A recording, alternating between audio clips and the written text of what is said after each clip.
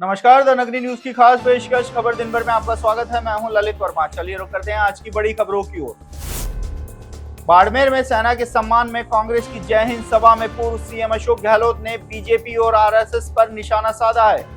अशोक गहलोत ने कहा कि तिरंगा आपने कब अपनाया, आप तो तिरंगे के खिलाफ थे। नागपुर में आरएसएस का हेडक्वार्टर है, वहां 80 साल से तिरंगा नहीं लगा। तिरंगा की आन बान शान क्या होती है, इन्हें एहसास भी नहीं है।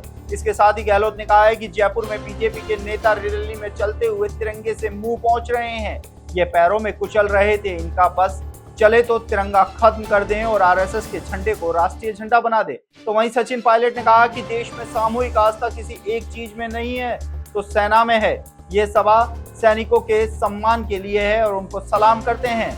जब जब देश को ललकारा गया है, सेना के दुश्मन के दांत खट्टे किए हैं। तो वहीं टीकाराम जूली और पीसीसी चीफ गोविंद सिंह डोटासरा ने भी केंद्र की मोदी सरकार पर जमकर निशाना साधा।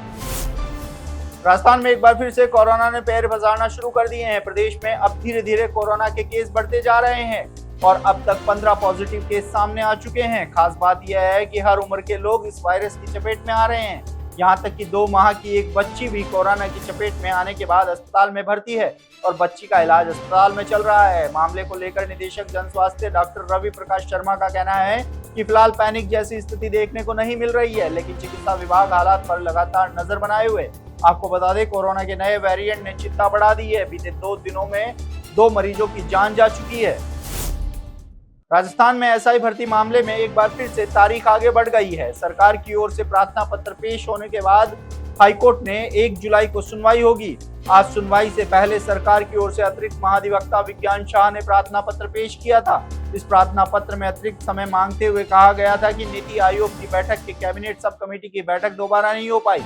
इसके चलते फैसले के लिए एक बार फिर से समय चाहिए।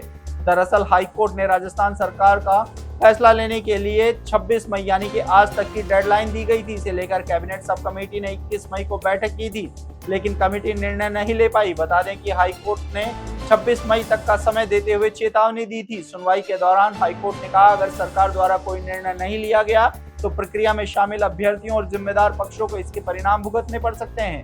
26 मई के बाद यदि कोई निर्णय नहीं आता है तो न्यायालय इस मामले में हस्तक्षेप कर सकता है। इसकी सीधी जिम्मेदारी संबंधित अधिकारियों और विभाग पर होगी। लेकिन अब एक बार फिर से 1 जुलाई तक का सरकार का समय मिल गया है। नौतपा की शुरुआत हो चुकी है और इस बार नौतपा में गर्मी अपना प्रचंड प्रकोप दिखाने के मूड में नजर आ रही थी, लेकिन नौतपा की शुरुआत के साथ ही बारिश ने गर्मी को धो दिया।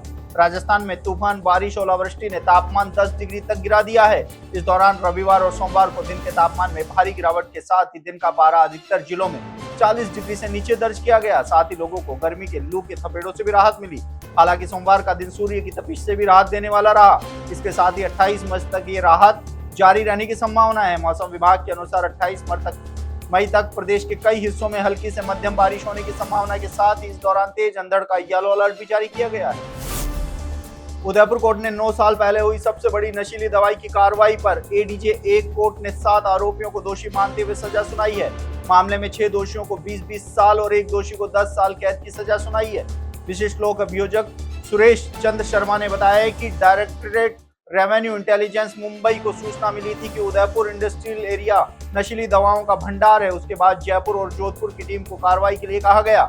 नवंबर 2019 को directorate of revenue intelligence team ने प्रताप नगर थाना क्षेत्र में फैक्ट्री पर कार्रवाई की। यहां से करीब 23,000 किलो नशीली दवाई मैट्रिक्स बरामद की गई थी, जिसकी 3,000 करोड़ से ज्यादा की कीमत आकी गई थी। मामले में रवि दुनादानी और परमेश्वर दुदानी, अनिल मलकानी, संजय आर पटेल, निर्मल दुदानी, गुंजल दुदानी को 20-20 साल और अतुल को 10 साल की सजा सुनाई गई है।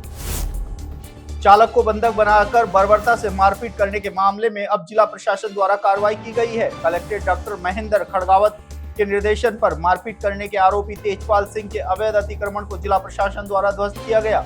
अतिक्रमण को हटाने की कार्रवाई को रायपुर एसडीएम रवि प्रकाश और डीएसपी सत्येंद्र नेगी के निर्देशन में की गई। गौरतलब है कि स्टेशन तेजपाल सिंह द्वारा गुड़िया गांव में सरकारी भूमि पर अवैध निर्माण कर रखा था, जिसे प्रशासन की टीम द्वारा जेसीबी की सहायता से ध्वस्त किया गया। आपको बता दें कि पिछले दिनों चालक को उल्टा लटकाकर मारपीट का वीडियो सोशल मीडिया पर जमकर वायरल हुआ था, जिसके बाद स्ट्रीट सीटर तेजपाल सिंह सहित अन्य को गिरफ्तार भी किया गया है। हनुमानगढ़ टाउन की एक निजी कंपनी के कर्मचारी की करंट लगने से मौत हो गई है, जिसके बाद परिजनों और ग्रामीणों ने टाउन थाना पर प्रदर्शन किया और जिला चिकित्सालय में धरना लगा दिया। परिजनों और ग्रामीणों की मांग है कि जब तक मृतक के परिवार को कंपनी द्वारा मुआवजा नहीं दिया जाएगा तब तक परिजन शव नहीं उठाएंगे। इस संबंध में मृतक गोपी राम के भाई ने टाउन थाना कंपनी के ठेकेदार और मुनीन के खिलाफ मुकदमा दर्ज करवाया है। वहीं टाउन पुलिस परिजनों और ग्रामीणों से समझाइश में जुटी है, मगर परिजन और ग्रामीण मुआवजे मिलने के बाद ही शव को उठाने की मांग पर अड़े हुए हैं। वीर शिरोमणि महाराणा प्रताप की 450वीं जयंती को ऐतिहासिक स्वरूप प्रदान करने के लिए शहर भाजपा उदयपुर की ओर से कवायद लगातार जारी है।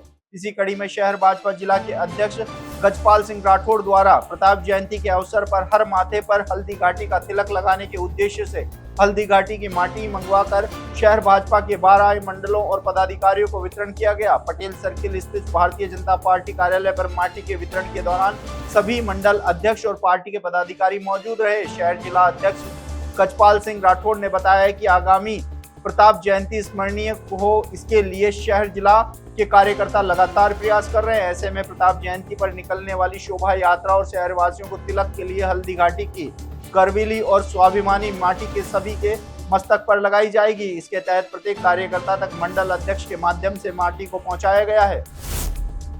हनुमानगढ़ जंक्शन में सीवरेज डाल रही निर्माण कंपनी नागरिकों के लिए चीका जंजाल बन चुकी है। बिना प्लानिंग के शहर में सीवरेज डाल रही कंपनी सीवर डालने के बाद खोदी गई सड़क सही नहीं करवा रही है, जिससे शहर के कई मुख्य मार्गों और गलियों में आवागमन बंद है। इसी दौरान आज हनुमानगढ़ जंक्शन की श्याम सिंह कॉलोनी में सड़क खोदने के दौरान एक मकान का रैंप टूटने पर विवाद बढ़ गया और नागरिकों और कंपनी प्रतिनिधियों के बीच जमकर बहस हुई, जिसके बाद नागरिकों ने कंपनी के खिलाफ प्रदर्शन किया और कहा कि बिना प्लानिंग के कंपनी बिना बताए सड़क और गलियों खोद रही है, जिससे जगह जगह पर गड्ढे बने हैं और सीवर डालने के बाद भी कंपनी वापस सड़क नहीं बना रही है। इस दौरान आक्रोशित नागरिकों ने काम बंद करवा दिया और अधिकारियों से कंपनी के खिलाफ कार्रवाई की मांग रखी।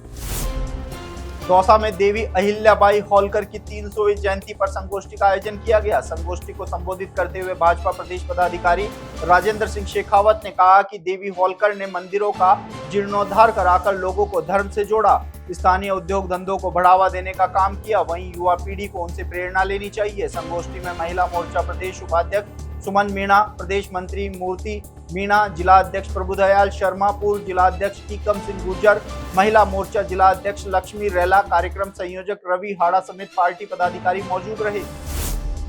तो ये थी दिन भर की तमाम बड़ी खबरें। कल फिर से आपके साथ रूबरू होंगे, तब तक के लिए नमस्कार।